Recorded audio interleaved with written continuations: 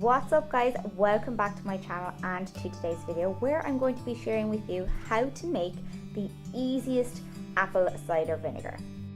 Remember, before we get into it, if you like the video, please don't forget to give it a big thumbs up. Please don't forget to hit subscribe, and also if you make your own apple cider vinegar, let me know in the comment section down below how you got on.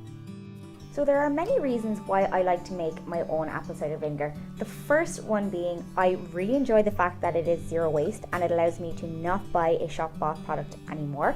Secondly, I find it to be a lot less potent than the shop bought vinegars, which I can find really hard to stomach. And thirdly, it's a fantastic way to use up any leftover apples that you have in your house around harvest time. So for this particular batch, I've picked a variety of apples that were for the most part lying on the ground after harvest. I probably picked these late September, early October, just as the harvest was finishing, and one shop bought apple from my fruit bowl, which I didn't think I was going to get around to eating, but as you can see is only slightly bruised. But as it is a sweeter variety, it's just going to add a little bit of depth and a little bit of sweetness and flavour to the final apple cider vinegar. But you can use absolutely any variety of apple. And the first thing that we want to do is chop your apples up into small chunks, because the more of the apple that's exposed, the more the bacteria is going to have a surface area to work on. I like to use every part of the apple. You can even use cores or scraps for this, but I do like to take out the seeds. You can absolutely chop these even smaller if you wanted to, but for me this is a perfect size. And the amount of apples that you will need will depend on the size of the container you have. So you want to fill it up about 3/4 the way full with your apples, and whatever type of container you use is absolutely up to you. Plastic, glass. I really like this glass container from IKEA. It's just the perfect size for this particular batch. Next step then, we're going to add about 1/4 cup of sugar into the apples. Any type of sugar is absolutely fine. I have just used plain granulated sugar. You can use caster sugar, brown sugar, anything that you have on hand. That sugar is basically just going to feed the bacteria and get things kick-started. And once they've actually fed on all of that sugar, they will move to the sugar in the apples. And to your apple and sugar mix, we're going to add some water. Now what I like to do with this is to leave the water jug on the counter overnight, because we don't want to add any chlorine or any other chemical that could actually prevent or inhibit or even kill your bacterial growth.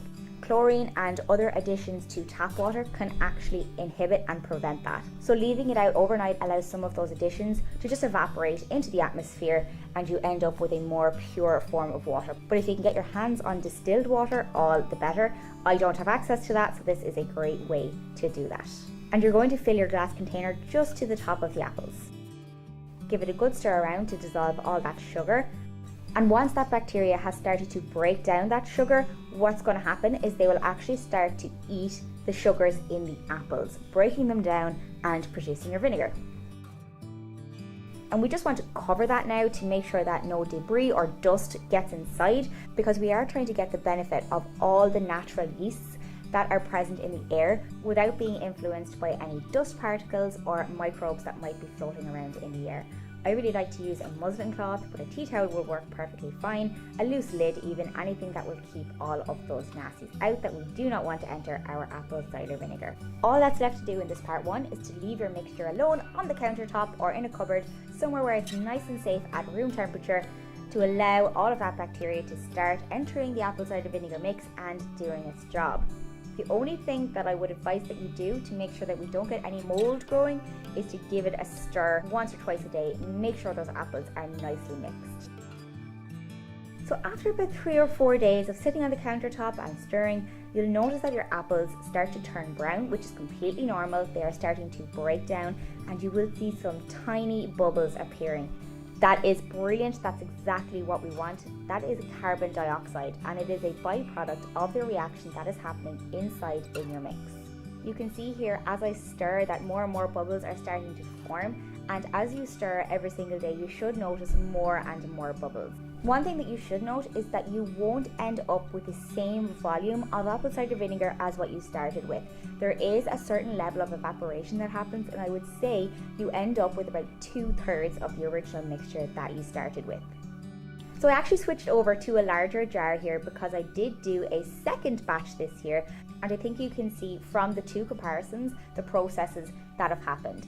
So in the bottle you can see almost a separation. You see the really light liquid on the top, and you can see the darker, more thick looking consistency on the bottom. That is the apple cider vinegar mother. Now you can strain this out if you don't want it in your vinegar, but apple cider vinegar with the mother is a much purer vinegar. It's less refined, it's less processed, and the mother is what contains all those powerful health benefits that you've probably heard about. It's a very healthy culture of bacteria, so I never remove it, I always leave it in, and over time it will develop into what's called a SCOBY, to the point that you can actually remove the mother and use it to ferment other vinegars. So again, here on this second batch, you can see that I haven't stirred it for maybe 2 or 3 days. You can see the apples on the top are becoming quite brown. So I want to mix those in, make sure that the bacteria is having a chance to work on all parts of the apples. So we're breaking everything down, nothing's going moldy, and look at all those bubbles. That is absolutely fantastic. That's exactly what we want to see. This has been fermenting for about 30 days, which is what I would recommend. You'll probably be able to tell as the smell develops when your vinegar is ready, if you've ever had vinegar before.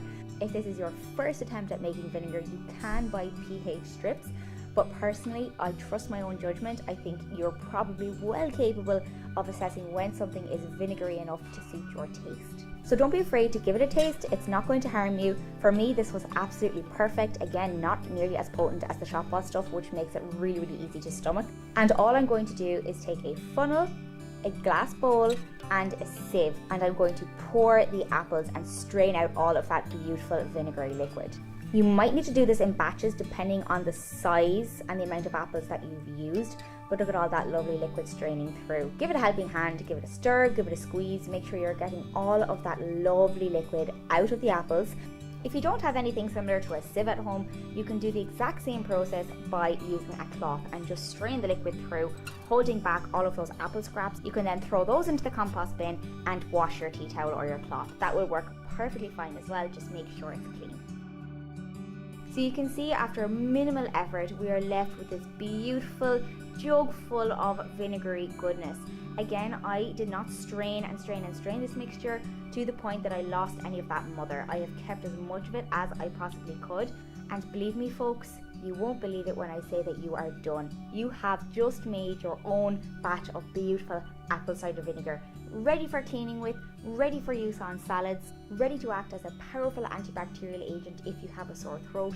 Really, this is one of the most beneficial products that you can have in your home, and even better, it is zero waste from start to finish. Apple cider vinegar will keep for an incredibly long time, as I mentioned, because of that acidic pH. But I would aim to use it up within the first 3 months if you possibly could at all. Typically it doesn't last very long in my house because I do really love to add it to salads. But that's it everybody, I really hope you enjoyed the video. I hope you enjoy the process when you go to do it yourself. And if you do try it out, let me know in the comment section down below. Tag me in all of your social media, and please don't forget to hit subscribe if you haven't already done so, and give this video a big thumbs up. And I'm really looking forward to seeing you back on my channel in my next video. Bye!